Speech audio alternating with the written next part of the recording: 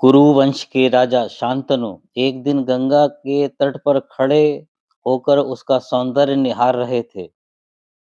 तभी एक नवयौवना गंगा को देखकर राजा मुग्ध हो गए। राजा के प्रणय निवेदन पर गंगा ने कहा, मैं तुमसे एक शर्त पर विवाह करूंगी। मेरे किसी भी कार्य पर तुम कभी भी कोई प्रश्न नहीं करोगे। यदि तुमने ऐसा किया तो मैं तुम्हें छोड़कर चली जाऊंगी।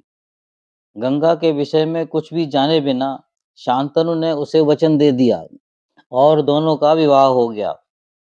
हर बार गंगा अपने पुत्र को जन्म देने के पश्चात उसे ले जाकर गंगा में बहा दिया करती थी। शांतनु आश्चर्यचकित रह जाते थे। जब वह अपने 8वें पुत्र को गंगा में बहाने गई, तब शांतनु ने उसे रोका। गंगा ने कहा, प्रिय, आपने अपना वचन तोड़ा है। मैं गंगा हूँ। हमारे पहले 7 पुत्र पिछले जन्म के श्रापित 7 वसु थे। मेरे कारण उन्हें श्राप से मुक्ति मिली। यह सब पूर्व निर्धारित था। मैं अपने 8वें पुत्र को अपने साथ ले जा रही हूँ। वह ऋषियों के संरक्षण में बड़ा होगा।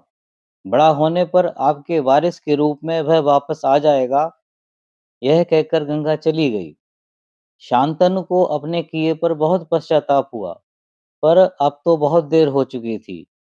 यही 8वां पुत्र देवव्रत था। देवव्रत के बड़े होने पर गंगा ने उसे शांतनु को सौंप दिया था। एक बार हस्तिनापुर के राजा शांतनु की मुलाकात सत्यवती नामक एक सुंदर मछुआरे से हुई। शांतनु उसे भूल ही नहीं पा रहे थे, इसलिए उन्होंने उसके समक्ष विवाह का प्रस्ताव रखा। विवाह के लिए उसकी शर्त थी कि उसी का पुत्र राज्य का वारिस होगा। गंगा से उत्पन्न पुत्र देवव्रत के वारिस होने के कारण शांतनु परेशान हो उठे। देवव्रत को भी सत्यवती की शर्त का पता चला। उन्होंने सत्यवती को जाकर वचन दे दिया कि वह राजा नहीं बनेगा।